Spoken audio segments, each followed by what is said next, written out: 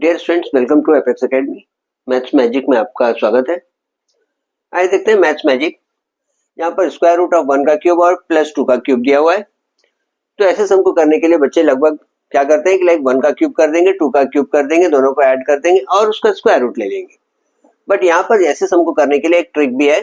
यहाँ पर हम लोग डायरेक्टली जो नंबर्स दिए हुए हैं उसे हम लोग ऐड कर देंगे। 1 + 2 ये हो जाएगा 3।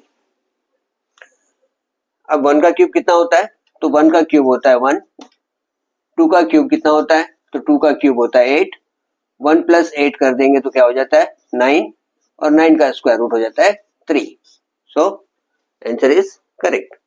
तो इस तरह से हम लोग ने ट्रिक का यूज किया है। यहाँ पर देखिए दूसरा दिया है 1 क्यूब + 2 क्यूब + 3 क्यूब। इसमें हम लोग 1 + 2 + 3 कर देंगे तो 1 + 2 हो जाता है 3, 3 + 3 हो जाता है 6। ओके, तो इस क्वेश्चन का आंसर आप लोग कमेंट में करिए।